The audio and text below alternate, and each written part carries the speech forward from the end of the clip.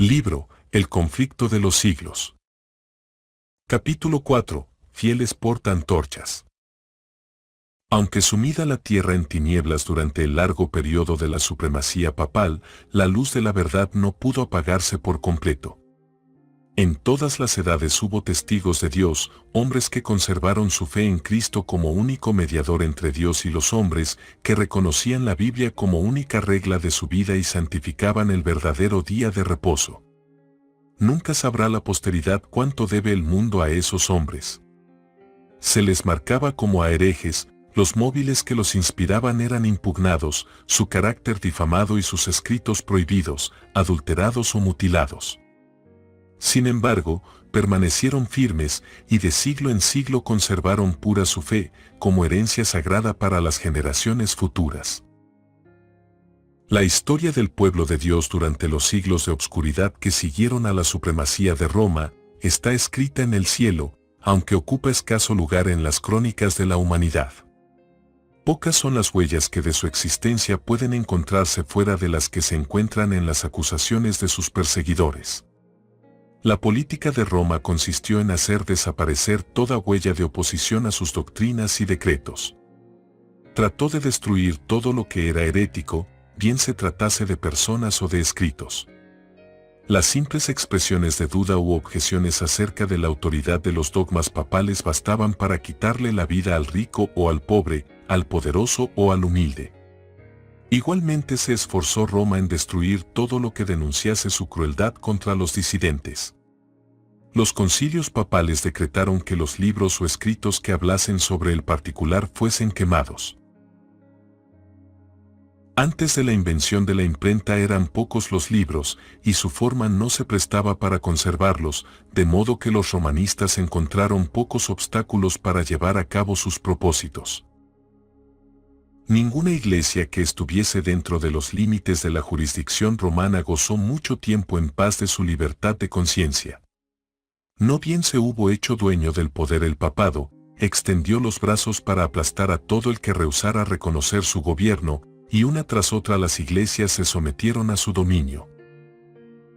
En Gran Bretaña el cristianismo primitivo había echado raíces desde muy temprano. El evangelio recibido por los habitantes de este país en los primeros siglos no se había corrompido con la apostasía de Roma.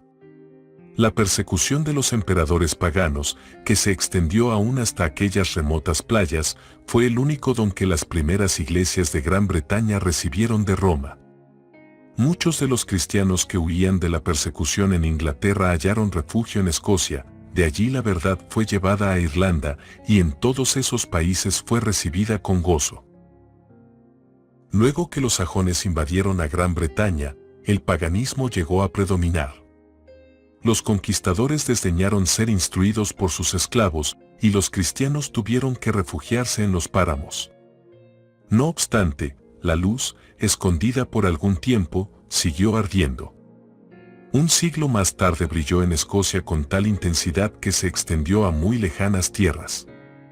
De Irlanda salieron el piadoso Colombano y sus colaboradores, los que, reuniendo en su derredor a los creyentes esparcidos en la solitaria isla de Lona, establecieron allí el centro de sus trabajos misioneros. Entre estos evangelistas había uno que observaba el sábado bíblico, y así se introdujo esta verdad entre la gente. Se fundó en Lona una escuela de la que fueron enviados misioneros no solo a Escocia e Inglaterra, sino a Alemania, Suiza y aún a Italia. Roma empero había puesto los ojos en Gran Bretaña y resuelto someterla a su supremacía. En el siglo VI, sus misioneros emprendieron la conversión de los sajones paganos. Recibieron favorable acogida por parte de los altivos bárbaros a quienes indujeron por miles a profesar la fe romana. A medida que progresaba la obra, los jefes papales y sus secuaces tuvieron encuentros con los cristianos primitivos. Se vio entonces un contraste muy notable.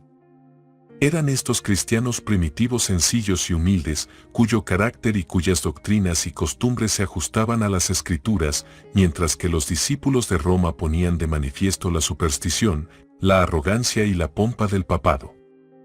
El emisario de Roma exigió de estas iglesias cristianas que reconociesen la supremacía del soberano pontífice. Los habitantes de Gran Bretaña respondieron humildemente que ellos deseaban amar a todo el mundo, pero que el Papa no tenía derecho de supremacía en la Iglesia y que ellos no podían rendirle más que la sumisión que era debida a cualquier discípulo de Cristo. Varias tentativas se hicieron para conseguir que se sometiesen a Roma, pero estos humildes cristianos, espantados del orgullo que ostentaban los emisarios papales, respondieron con firmeza que ellos no reconocían a otro jefe que a Cristo. Entonces se reveló el verdadero espíritu del papado. El enviado católico romano les dijo: si no recibís a los hermanos que os traen paz, recibiréis a los enemigos que os traerán guerra. Si no os unís con nosotros para mostrar a los sajones el camino de vida, recibiréis de ellos el golpe de muerte. No fueron vanas estas amenazas. La guerra, la intriga y el engaño se emplearon contra estos testigos que sostenían una fe bíblica, hasta que las iglesias de la primitiva Inglaterra fueron destruidas u obligadas a someterse a la autoridad del Papa. En los países que estaban fuera de la jurisdicción de Roma existieron por muchos siglos grupos de cristianos que permanecieron casi enteramente libres de la corrupción papal. Rodeados por el paganismo, con el transcurso de los años fueron afectados por sus errores, no obstante, siguieron considerando la Biblia como la única regla de fe y adhiriéndose a muchas de sus verdades. Creían estos cristianos en el carácter perpetuo de la ley de Dios y observaban el sábado del cuarto mandamiento. Hubo en el África Central y entre los armenios de Asia iglesias que mantuvieron esta fe y esta observancia. Más entre los que resistieron las intrusiones del poder papal, los valdenses fueron los que más sobresalieron. En el mismo país en donde el papado asentara sus reales fue donde encontraron mayor oposición su falsedad y corrupción. Las iglesias del Piamonte mantuvieron su independencia por algunos siglos, pero al fin llegó el tiempo en que Roma insistió en que se sometieran. Tras larga serie de luchas inútiles, los jefes de estas iglesias reconocieron, aunque de mala gana, la supremacía de aquel poder al que todo el mundo parecía rendir homenaje. Hubo sin embargo algunos que rehusaron sujetarse a la autoridad de papas o prelados. Determinaron mantenerse leales a Dios y conservar la pureza y sencillez de su fe. Se efectuó una separación. Los que permanecieron firmes en la antigua fe se retiraron, algunos, abandonando sus tierras de los Alpes, alzaron el pendón de la verdad en países extraños. Otros se refugiaron en los valles solitarios y en los baluartes peñascosos de las montañas, y allí conservaron su libertad para adorar a Dios. La fe que por muchos siglos sostuvieron y enseñaron los cristianos valdenses contrastaba notablemente con las doctrinas falsas de Roma. De acuerdo con el sistema verdaderamente cristiano, fundaban su creencia religiosa en la palabra de Dios escrita. Pero esos humildes campesinos en sus obscuros retiros, alejados del mundo y sujetos a penosísimo trabajo diario entre sus rebaños y viñedos, no habían llegado de por sí al conocimiento de la verdad que se oponía a los dogmas y herejías de la iglesia apóstata. Su fe no era una fe nueva. Su creencia en materia de religión la habían heredado de sus padres. Luchaban en pro de la fe de la iglesia apostólica, la fe que ha sido una vez dada a los santos. Judas 3.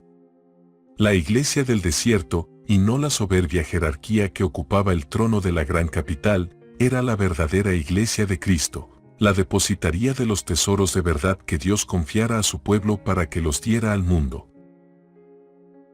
Entre las causas principales que motivaron la separación entre la verdadera iglesia y Roma, se contaba el odio de ésta hacia el sábado bíblico. Como se había predicho en la profecía, el poder papal echó por tierra la verdad. La ley de Dios fue pisoteada mientras que las tradiciones y las costumbres de los hombres eran ensalzadas. Se obligó a las iglesias que estaban bajo el gobierno del papado a honrar el domingo como día santo. Entre los errores y la superstición que prevalecían, muchos de los verdaderos hijos de Dios se encontraban tan confundidos que a la vez que observaban el sábado se abstenían de trabajar el domingo. Mas esto no satisfacía a los jefes papales. No solo exigían que se santificara el domingo, sino que se profanara el sábado, y acusaban en los términos más violentos a los que se atrevían a honrarlo. Solo huyendo del poder de Roma era posible obedecer en paz a la ley de Dios. Los valdenses se contaron entre los primeros de todos los pueblos de Europa que poseyeron una traducción de las Santas Escrituras. Centenares de años antes de la Reforma tenían ya la Biblia manuscrita en su propio idioma. Tenían pues la verdad sin adulteración y esto los hizo objeto especial del odio y de la persecución. Declaraban que la Iglesia de Roma era la Babilonia apóstata del Apocalipsis y con peligro de sus vidas se oponían a su influencia y principios corruptores. Aunque bajo la presión de una larga persecución, algunos sacrificaron su fe e hicieron poco a poco concesiones en sus principios distintivos, otros se aferraron a la verdad. Durante siglos de obscuridad y apostasía, hubo valdenses que negaron la supremacía de Roma, que rechazaron como idolátrico el culto a las imágenes y que guardaron el verdadero día de reposo. Conservaron su fe en medio de la más violenta y tempestuosa oposición. Aunque degollados por la espada de Saboya y quemados en la hoguera romanista, defendieron con firmeza la palabra de Dios y su honor. Tras los elevados baluartes de sus montañas, refugio de los perseguidos y oprimidos en todas las edades, hallaron los valdenses seguro escondite. Allí se mantuvo encendida la luz de la verdad en medio de la obscuridad de la Edad Media. Allí los testigos de la verdad conservaron por 1000 años la antigua fe. Dios había provisto para su pueblo un santuario de terrible grandeza como convenía a las grandes verdades que les había confiado. Para aquellos fieles desterrados, las montañas eran un emblema de la justicia inmutable de Jehová. Señalaban a sus hijos aquellas altas cumbres que a manera de torres se erguían en inalterable majestad y les hablaban de aquel en quien no hay mudanza ni sombra de variación, cuya palabra es tan firme como los montes eternos. Dios había afirmado las montañas y las había ceñido de fortaleza, ningún brazo podía removerlas de su lugar, sino solo el del poder infinito. Asimismo, había establecido su ley, fundamento de su gobierno en el cielo y en la tierra. El brazo del hombre podía alcanzar a sus semejantes y quitarles la vida, pero antes podría desarraigar las montañas de sus cimientos y arrojarlas al mar que modificar un precepto de la ley de Jehová, o borrar una de las promesas hechas a los que cumplen su voluntad. En su fidelidad a la ley, los siervos de Dios tenían que ser tan firmes como las inmutables montañas. Los montes que circundaban sus hondos valles atestiguaban constantemente el poder creador de Dios y constituían una garantía de la protección que Él les deparaba. Aquellos peregrinos aprendieron a cobrar cariño a esos símbolos mudos de la presencia de Jehová. No se quejaban por las dificultades de su vida, y nunca se sentían solos en medio de la soledad de los montes. Daban gracias a Dios por haberles dado un refugio donde librarse de la crueldad y de la ira de los hombres. Se regocijaban de poder adorarle libremente. Muchas veces, cuando eran perseguidos por sus enemigos, sus fortalezas naturales eran su segura defensa. En más de un encumbrado risco cantaron las alabanzas de Dios, y los ejércitos de Roma no podían acallar sus cantos de acción de gracias. Pura, sencilla y ferviente fue la piedad de estos discípulos de Cristo. Apreciaban los principios de verdad más que las casas, las tierras, los amigos y parientes, más que la vida misma. Trataban ansiosamente de inculcar estos principios en los corazones de los jóvenes. Desde su más tierna edad, estos recibían instrucción en las Sagradas Escrituras y se les enseñaba a considerar sagrados los requerimientos de la ley de Dios. Los ejemplares de la Biblia eran raros, por eso se aprendían de memoria sus preciosas palabras. Muchos podían recitar grandes porciones del Antiguo Testamento y del Nuevo. Los pensamientos referentes a Dios se asociaban con las escenas sublimes de la naturaleza y con las humildes bendiciones de la vida cotidiana. Los niños aprendían a ser agradecidos a Dios como al dispensador de todos los favores y de todos los consuelos. Como padres tiernos y afectuosos, amaban a sus hijos con demasiada inteligencia para acostumbrarlos a la complacencia de los apetitos.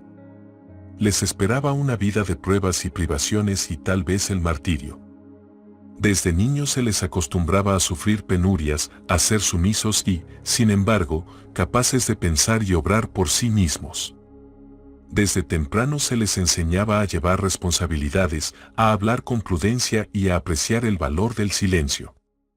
Una palabra indiscreta que llegara a oídos del enemigo podía no solo hacer peligrar la vida del que la profería, sino la de centenares de sus hermanos, porque así como los lobos acometen su presa, los enemigos de la verdad perseguían a los que se atrevían a abogar por la libertad de la fe religiosa.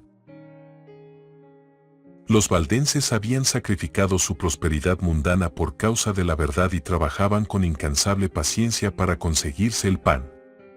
Aprovechaban cuidadosamente todo pedazo de suelo cultivable entre las montañas y hacían producir a los valles y a las faldas de los cerros menos fértiles. La economía y la abnegación más rigurosa formaban parte de la educación que recibían los niños como único legado.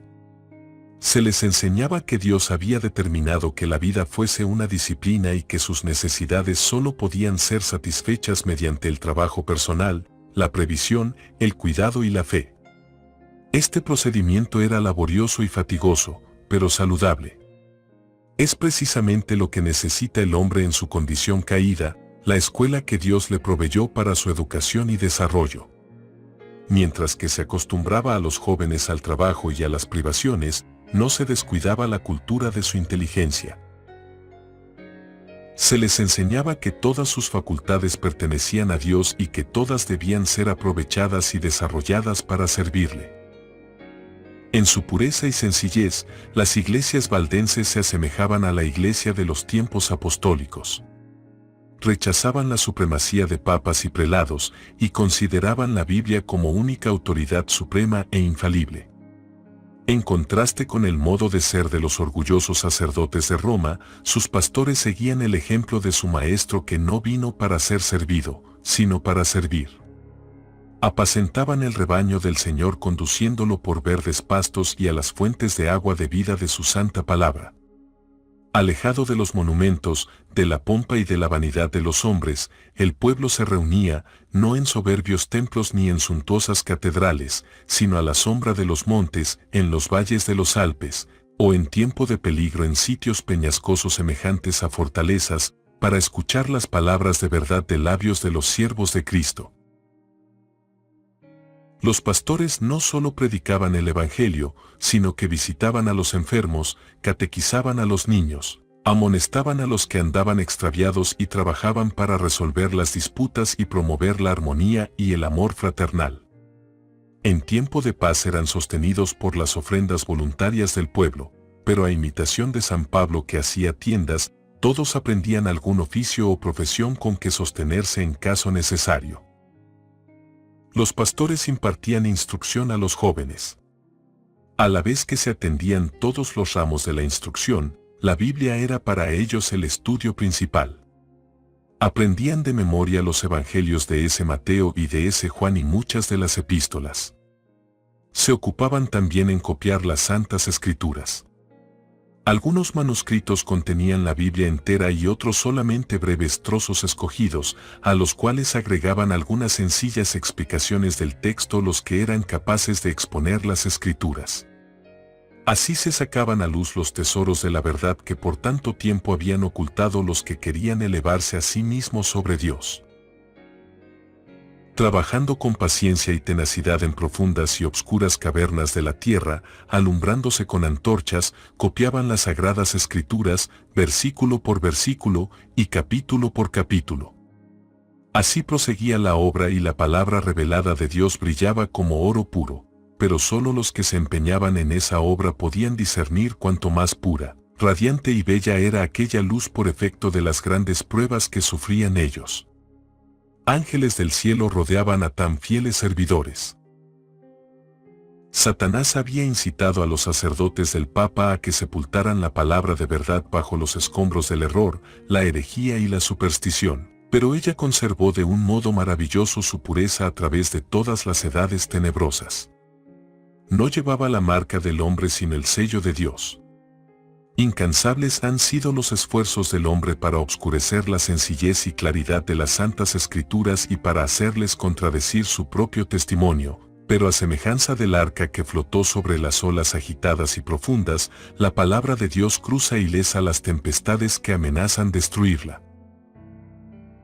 Como las minas tienen ricas vetas de oro y plata ocultas bajo la superficie de la tierra, de manera que todo el que quiere hallar el precioso depósito debe forzosamente cavar para encontrarlo. Así también contienen las Sagradas Escrituras tesoros de verdad que solo se revelan a quien los busca con sinceridad, humildad y abnegación.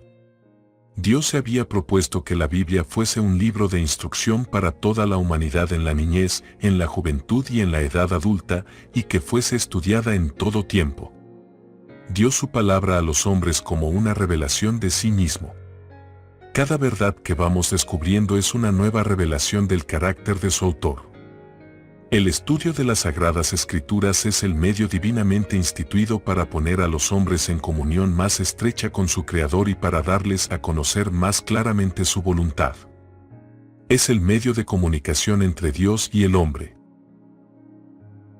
Si bien los valdenses consideraban el temor de Dios como el principio de la sabiduría, no dejaban de ver lo importante que es tratar con el mundo, conocer a los hombres y llevar una vida activa para desarrollar la inteligencia y para despertar las percepciones. De sus escuelas en las montañas enviaban algunos jóvenes a las instituciones de saber de las ciudades de Francia e Italia, donde encontraban un campo más vasto para estudiar, pensar y observar, que el que encontraban en los Alpes de su tierra. Los jóvenes así enviados estaban expuestos a las tentaciones, presenciaban de cerca los vicios y tropezaban con los astutos agentes de Satanás que les insinuaban las herejías más sutiles y los más peligrosos engaños. Pero habían recibido desde la niñez una sólida educación que los preparara convenientemente para hacer frente a todo esto. En las escuelas a donde iban no debían intimar con nadie. Su ropa estaba confeccionada de tal modo que podía muy bien ocultar el mayor de sus tesoros, los preciosos manuscritos de las Sagradas Escrituras. Estos, que eran el fruto de meses y años de trabajo, los llevaban consigo, y, siempre que podían hacerlo sin despertar sospecha, ponían cautelosamente alguna porción de la Biblia al alcance de aquellos cuyo corazón parecía dispuesto a recibir la verdad. La juventud valdense era educada con tal objeto desde el regazo de la madre, comprendía su obra y la desempeñaba con fidelidad. En estas casas de estudio se ganaban conversos a la verdadera fe, y con frecuencia se veía que sus principios compenetraban toda la escuela. Con todo, los dirigentes papales no podían encontrar, ni aun apelando a minuciosa investigación, la fuente de lo que ellos llamaban herejía corruptora. El Espíritu de Cristo es un espíritu misionero. El primer impulso del corazón regenerado es el de traer a otros también al Salvador. Tal era el espíritu de los cristianos valdenses. Comprendían que Dios no requería de ellos tan solo que conservaran la verdad en su pureza en sus propias iglesias, sino que hicieran honor a la solemne responsabilidad de hacer que su luz iluminara a los que estaban en tinieblas.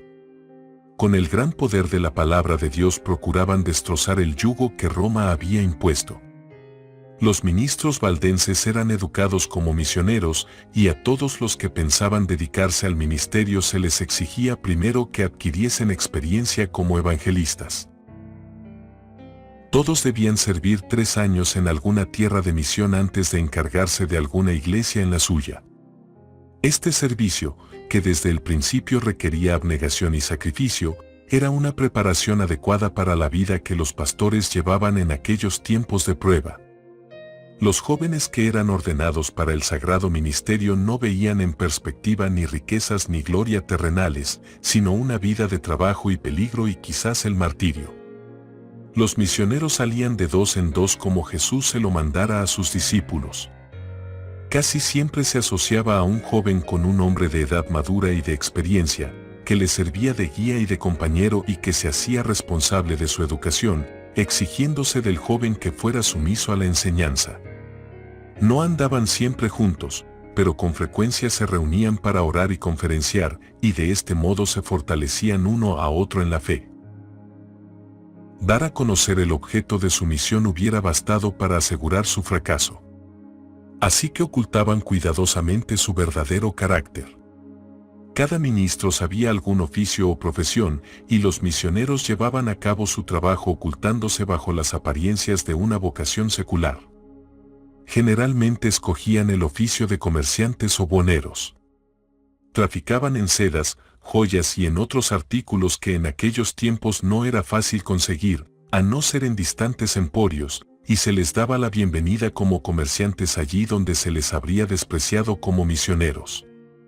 Constantemente elevaban su corazón a Dios pidiéndole sabiduría para poder exhibir a las gentes un tesoro más precioso que el oro y que las joyas que vendían. Llevaban siempre ocultos ejemplares de la Biblia entera o porciones de ella, y siempre que se presentaba la oportunidad llamaban la atención de sus clientes a dichos manuscritos. Con frecuencia despertaban así el interés por la lectura de la palabra de Dios y con gusto dejaban algunas porciones de ella a los que deseaban tenerlas. La obra de estos misioneros empezó al pie de sus montañas, en las llanuras y valles que los rodeaban, pero se extendió mucho más allá de esos límites.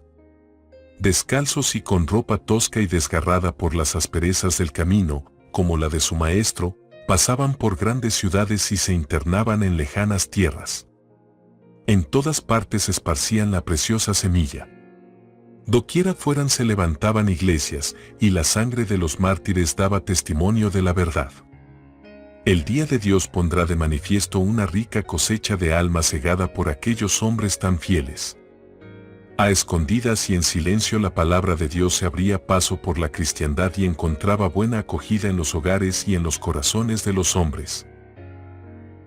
Para los valdenses, las sagradas escrituras no contenían tan solo los anales del trato que Dios tuvo con los hombres en lo pasado y una revelación de las responsabilidades y deberes de lo presente, sino una manifestación de los peligros y glorias de lo porvenir.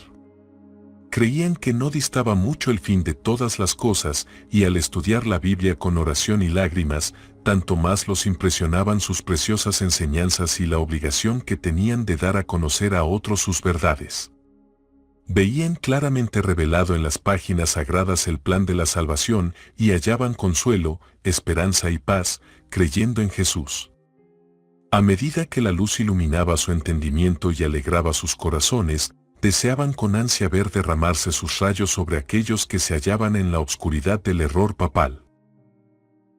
Veían que muchos, guiados por el Papa y los sacerdotes, se esforzaban en vano por obtener el perdón mediante las mortificaciones que imponían a sus cuerpos por el pecado de sus almas.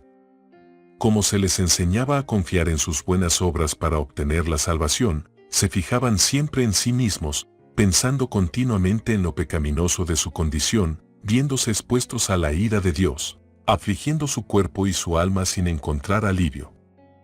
Así es como las doctrinas de Roma tenían sujetas a las almas concienzudas. Millares abandonaban amigos y parientes y se pasaban la vida en las celdas de un convento. Trataban en vano de hallar paz para sus conciencias con repetidos ayunos y crueles azotes y vigilias, postrados por largas horas sobre las losas frías y húmedas de sus tristes habitaciones, con largas peregrinaciones, con sacrificios humillantes y con horribles torturas. Agobiados por el sentido del pecado y perseguidos por el temor de la ira vengadora de Dios, muchos se sometían a padecimientos hasta que la naturaleza exhausta concluía por sucumbir y bajaban al sepulcro sin un rayo de luz o de esperanza. Los valdenses ansiaban compartir el pan de vida con estas almas hambrientas, presentarles los mensajes de paz contenidos en las promesas de Dios y enseñarles a Cristo como su única esperanza de salvación. Tenían por falsa la doctrina de que las buenas obras pueden expiar la transgresión de la ley de Dios. La confianza que se deposita en el mérito humano hace perder de vista el amor infinito de Cristo. Jesús murió en sacrificio por el hombre porque la raza caída no tiene en sí misma nada que pueda hacer valer ante Dios. Los méritos de un Salvador crucificado y resucitado son el fundamento de la fe del cristiano.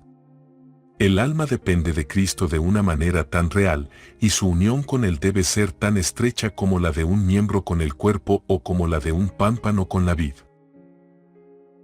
Las enseñanzas de los papas y de los sacerdotes habían inducido a los hombres a considerar el carácter de Dios, y aún el de Cristo, como austero, tétrico y antipático.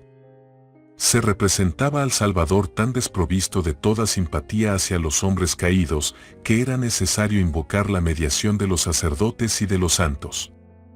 Aquellos cuya inteligencia había sido iluminada por la palabra de Dios ansiaban mostrar a estas almas que Jesús es un Salvador compasivo y amante, que con los brazos abiertos invita a que vayan a Él todos los cargados de pecados, cuidados y cansancio. Anhelaban derribar los obstáculos que Satanás había ido amontonando para impedir a los hombres que viesen las promesas y fueran directamente a Dios para confesar sus pecados y obtener perdón y paz. Los misioneros valdenses se empeñaban en descubrir a los espíritus investigadores las verdades preciosas del Evangelio y con muchas precauciones les presentaban porciones de las Santas Escrituras esmeradamente escritas. Su mayor gozo era infundir esperanza a las almas sinceras y agobiadas por el peso del pecado, que no podían ver en Dios más que un juez justiciero y vengativo. Con voz temblorosa y lágrimas en los ojos y muchas veces hincados de hinojos, presentaban a sus hermanos las preciosas promesas que revelaban la única esperanza del pecador. De este modo la luz de la verdad penetraba en muchas mentes obscurecidas, disipando las nubes de tristeza hasta que el sol de justicia brillaba en el corazón impartiendo salud con sus rayos. Frecuentemente leían una y otra vez alguna parte de las Sagradas Escrituras a petición del que escuchaba, que quería asegurarse de que había oído bien. Lo que se deseaba en forma especial era la repetición de estas palabras: la sangre de Jesucristo su Hijo nos limpia de todo pecado. Primera de Juan 1:7. Como Moisés levantó la serpiente en el desierto, así es necesario que el Hijo del Hombre sea levantado, para que todo aquel que en él creyere no se pierda, sino que tenga vida eterna. Juan 3:14 y 15. Muchos no se dejaban engañar por los acertos de Roma. Comprendían la nulidad de la mediación de hombres o ángeles en favor del pecador. Cuando la aurora de la luz verdadera alumbraba su entendimiento, exclamaban con alborozo: Cristo es mi sacerdote, su sangre es mi sacrificio, su altar es mi confesionario. Confiaban plenamente en los méritos de Jesús y repetían las palabras: sin fe es imposible agradar a Dios. Hebreos 11:6. Porque no hay otro nombre debajo del cielo, dado a los hombres, en que podamos ser salvos. Hechos 4:12. La seguridad del amor del Salvador era cosa que muchas de estas pobres almas agitadas por los vientos de la tempestad no podían concebir.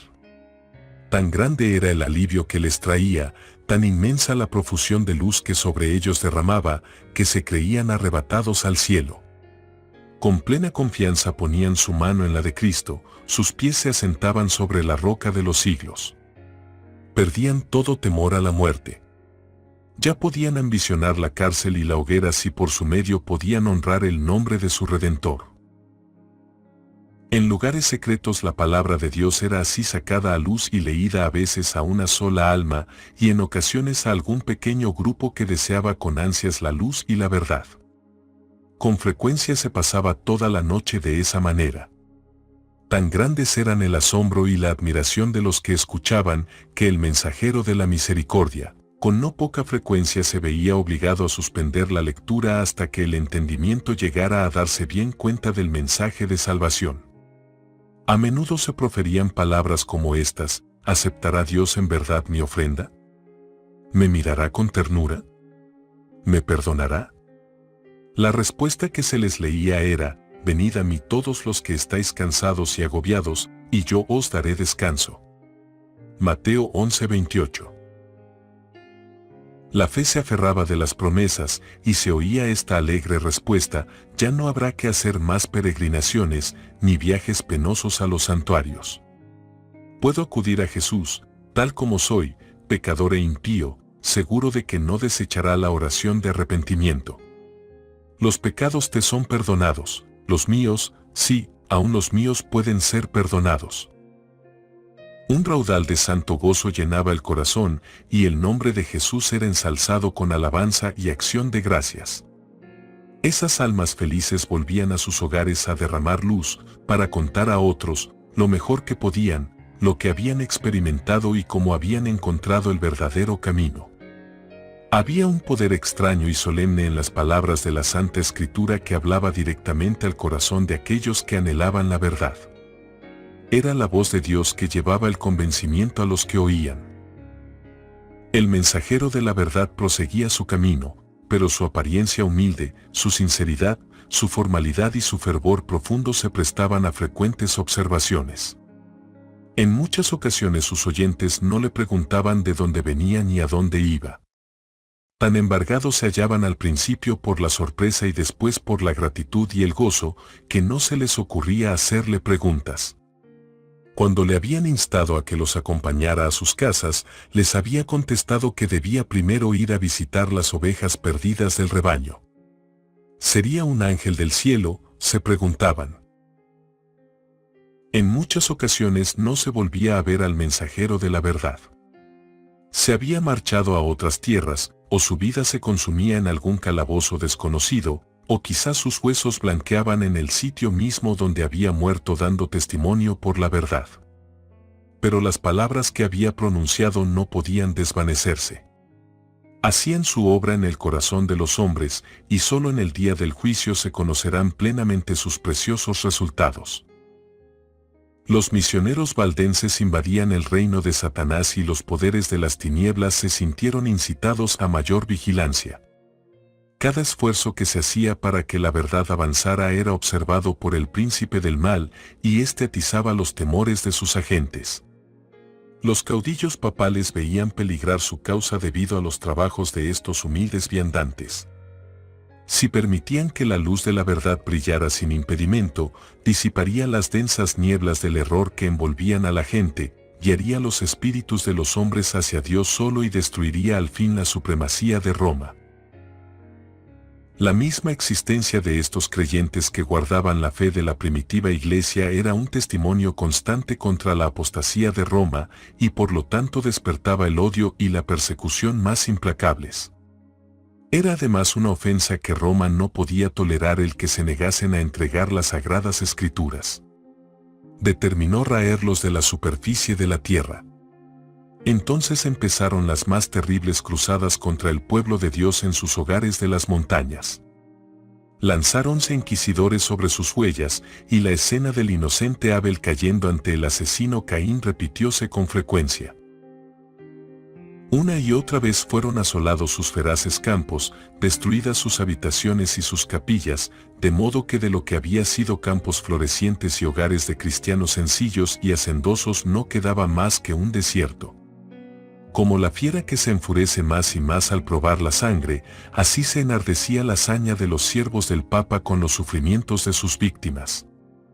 A muchos de estos testigos de la fe pura se les perseguía por las montañas y se les cazaba por los valles donde estaban escondidos, entre bosques espesos y cumbres roqueñas. Ningún cargo se le podía hacer al carácter moral de esta gente proscrita. Sus mismos enemigos la tenían por gente pacífica, sosegada y piadosa. Su gran crimen consistía en que no querían adorar a Dios conforme a la voluntad del Papa. Y por este crimen se les infligía todos los ultrajes, humillaciones y torturas que los hombres o los demonios podían inventar. Una vez que Roma resolvió exterminar la secta odiada, el Papa expidió una bula en que condenaba a sus miembros como herejes y los entregaba a la matanza. No se les acusaba de holgazanes, ni de deshonestos, ni de desordenados, pero se declaró que tenían una apariencia de piedad y santidad que seducía a las ovejas del verdadero rebaño. Por lo tanto, el Papa ordenó que si la maligna y abominable secta de malvados rehusaba abjurar, fuese aplastada como serpiente venenosa. ¿Esperaba este altivo potentado tener que hacer frente otra vez a estas palabras? ¿Sabría que se hallaban archivadas en los libros del cielo para confundirle en el día del juicio? En cuanto lo hicisteis a uno de los más pequeños de estos mis hermanos, dijo Jesús, a mí lo hicisteis. Mateo 25:40. En aquella bula se convocaba a todos los miembros de la Iglesia a participar en una cruzada contra los herejes. como incentivo para persuadirlos a que tomaran parte en tan despiadada empresa, absolvía de toda pena o penalidad eclesiástica, tanto general como particular, a todos los que se unieran a la cruzada, quedando de hecho libres de cualquier juramento que hubieran prestado. Declaraba legítimos sus títulos sobre cualquiera propiedad que hubieran adquirido ilegalmente, y prometía la remisión de todos sus pecados a aquellos que mataran a cualquier hereje. Anulaba todo contrato hecho en favor de los valdenses, ordenaba a los criados de estos que los abandonasen, prohibía a todos que les prestasen ayuda de cualquiera clase y los autorizaba para tomar posesión de sus propiedades. Este documento muestra a las claras que espíritu satánico obraba detrás del escenario, es el rugido del dragón y no la voz de Cristo, lo que en él se dejaba oír. Los jefes papales no quisieron conformar su carácter con el gran modelo dado en la ley de Dios, sino que levantaron modelo a su gusto y determinaron obligar a todos a ajustarse a este porque así lo había dispuesto Roma. Se perpetraron las más horribles tragedias. Los sacerdotes y papas corrompidos y blasfemos hacían la obra que Satanás les señalara. No había cabida para la misericordia en sus corazones. El mismo espíritu que crucificara a Cristo y que matara a los apóstoles, el mismo que impulsara al sanguinario Nerón contra los fieles de su tiempo, estaba empeñado en exterminar a aquellos que eran amados de Dios. Las persecuciones que por muchos siglos cayeron sobre esta gente temerosa de Dios fueron soportadas por ella con una paciencia y constancia que honraban a su Redentor. No obstante, las cruzadas lanzadas contra ellos y la inhumana matanza a que fueron entregados, siguieron enviando a sus misioneros a diseminar la preciosa verdad. Se los buscaba para darles muerte, y con todo, su sangre regó la semilla sembrada, que no dejó de dar fruto. De esta manera fueron los valdenses testigos de Dios siglos antes del nacimiento de Lutero. Esparcidos por muchas tierras, arrojaron la semilla de la reforma que brotó en tiempo de Wycliffe, se desarrolló y echó raíces en días de Lutero, para seguir creciendo hasta el fin de los tiempos mediante el esfuerzo de todos cuantos estén listos para sufrirlo todo a causa de la palabra de Dios y del testimonio de Jesús. Apocalipsis 1:9. Que Dios te bendiga abundantemente.